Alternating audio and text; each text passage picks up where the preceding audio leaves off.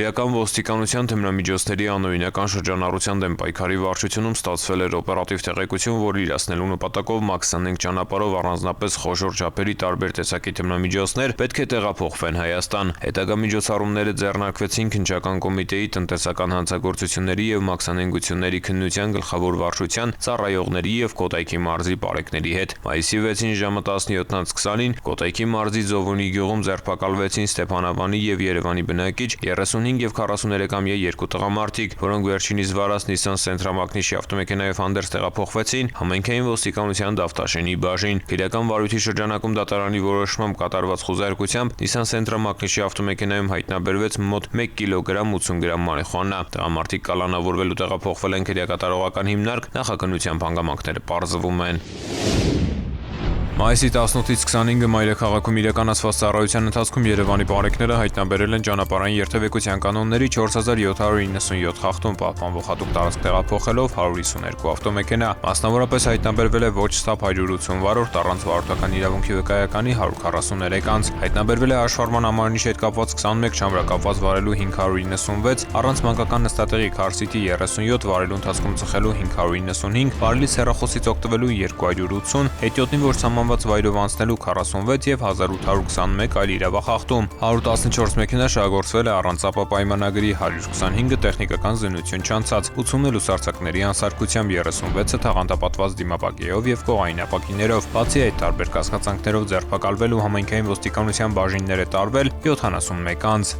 Նույն ժամանակահատվածում մարզերում պարեկները հայտնաբերել են ճանապարհային երթևեկության կանոնների 15388 խախտում, պահպանվող հատուկ տարածքներ տեղափոխելով 348 տրանսպորտային միջոց, հայտնաբերվել է ոչ ստապ 230 վարորդ, առանց վարորդական իրավունքի վկայականի 455 անձ, հայտնաբերվել է նաև հաշվառման համարնիշի հետ կապված 62, չամրակապված վարելու 3625, առանց մանկական նստատեղի քարսիտի 326, վարելու ընթացքում ծխելու 697, վարելիս հեռախոսից օգտվելու 653, հետիոտնի որ սահմանված վայրով անցնելու 123, արագության գերազանցման 2355 եւ 4979 այլ իրավախախտում, 335 ավտոմեքենա շահագործվել է առանց ապա պայմանագրի, 807-ը տեխնիկական զննություն չանցած, 380-ը լուսարձակների անսարքությամբ, 136-ը թաղանթապատված դիմապակեով եւ կողային ապակիներով, 26 վարորդ ուղղանվել է վարելիս նվագարկչի ստանդարտին չհամապատասխանող լրացուցիչ ուժեղացուցիչներ օգտագործելու համար։ Բացի այդ տարբեր կասկածանքներով ձերբակալվելու համայնքային ոստիկանության տարածքային բաժիններ է տարվել 40 անձ։ Մայիսի 22-ից 23-ը վերջին զանգի միջոցառումների շրջանակում ներքին գործերի նախարարության ոստիկանությունը մայրաքաղաքում եւ մարզերում իրականացրել է ուժեղացված ծառայություն, ապահովելով հասարակական կարգն ու երթևեկության անվտանգությունը։ Բարեկային ծառայության կողմից պահպանվող հատուկ տարածքներ է տեղափոխվել միջոցառման մասնակից 182 տրանսպորտային միջոց, որոնցից 80-ի ղեկին եղել են անչափահասներ։ Ներքին գործերի նախարարության ոստիկանության ուժեղացված ծառայության շնորհիվ շրջանավարտների մասնակցությամբ ծանր հետևանքներով միջադեպեր, ինչպես նաև ճանապարհատրանսպորտային պատահարներ չեն արձանագրվել։ Ղարաբաղից տեղահանված անձ ես, ունես փախստականի կարգավիճակ եւ ուզում ես ձեռք բերել Հայաստանի Հանրապետության քաղաքացիություն, ուրեմն շարունակիր դիտել տեսանյութը։ Այս թվային հարթակը ստեղծված է, որպեսզի գործընթացը լինի հնարավորինս հարմար։ Համակարգն առաջարկում է գրանցման 4 ընթացակարգ։ Փախստական տարբերակն ընտրում ես, եթե Ղարաբաղից տեղահանված անձ ես, չունես որևէ երկրի քաղաքացիություն եւ ունես 070 ծածկագրով անձնագիր։ Պահանջվող տվյալները լրացնելուց հետո էլեկտրոնային հասցեին կստանաս հղում։ Ինչից հետո պետք է անցնել այդ հղումով, գցել անձնագրի սկանավորված տարբերակը PDF ֆորմատով եւ ավարտել գրանցման գործընթացը, մուտք գործել համակարգ, սեղմել նոր հայտ կոճակը։ Հայտը լրացնելիս հետևիր ուղեցույցին։ Հերթականությամբ գցելով պահանջվող փաստաթղթերն ու լրացնելով անհրաժեշտ դաշտերը։ Հայտն ուղարկելուց հետո այն կհայտնվի նախնական վարույթ կարգավիճակում։ 21 օրվա ընթացքում էլեկտրոնային հասցեին կստանաս ծանուցում հայտի շտկման կամ հաստատման մասին։ Շտկման պահանջը չկատարելու դեպքում հայտը կմերժվի։ Փախստականների համար ծառայությունն անվճար է։ Հաստատումից հետո դու հնարավորություն կունենաս ընտրելու այցի օրը, վայրը եւ ժամը։ Այցելության ընթացքում կստուգվի ներկայացված տվյալների ճշտությունը եւ փաստաթղթերի վավերականությունը։ Այցից հետո 90 օրվա ընթացքում էլեկտրոնային փոստի միջոցով կծանուցվի քաղաքացիության շնորհման կամ մերժման մասին։ Քաղաքացիության շնորհման մասին ծանուցումը ստանալուց հետո անհրաժեշտ է ներկայանալ Ներքին գործերի նախարարության միգրացիա եւ քաղաքացիության ծառայություն անձնագրավորվելու նպատակով։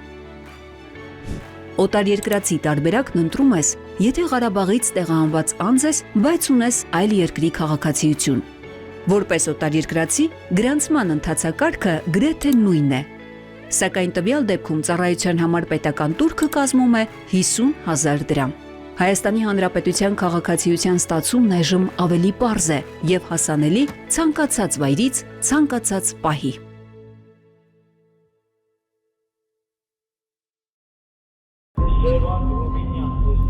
Մեկ-մեկ-2 բարև ձեզ, լսում եմ։ 1-1-2 լսում եմ ձեզ։ Քաղաքը նշեք։ Բարի շնորհակալություն, ընդունած։ Ահազանգ ունենք քաղաքացուն օգնություն անհրաժեշտ Մաշտոցի փողոցներում։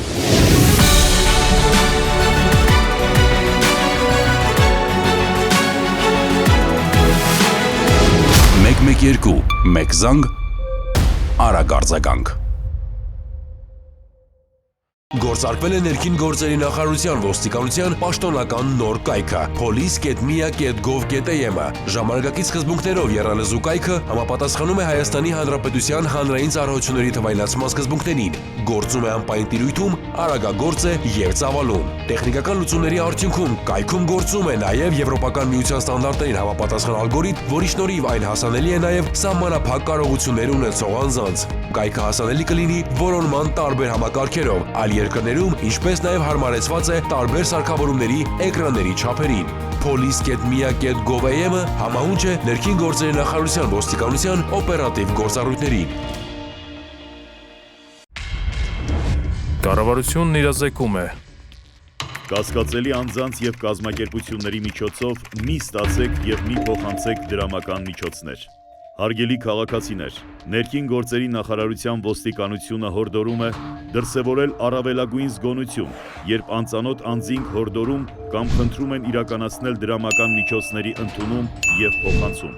Ձեռնպահ մնացեք կասկածելի գործունեություն իրականացնող հիմնադրամների կամ կառույցների միջոցով դրամական որևէ փոխանցում ընդունելուց կամ կատարելուց։ Այդպիսի փոխանցումների հետևանքով կարող եք ոչ միայն ֆինանսական կորուստներ ունենալ, այլև ձեր կամքից անկախ դառնալ հանցավոր շղթայի մի մասը։ Եղեք զգոն եւ չեք դառնա զեղծարարության զոհ։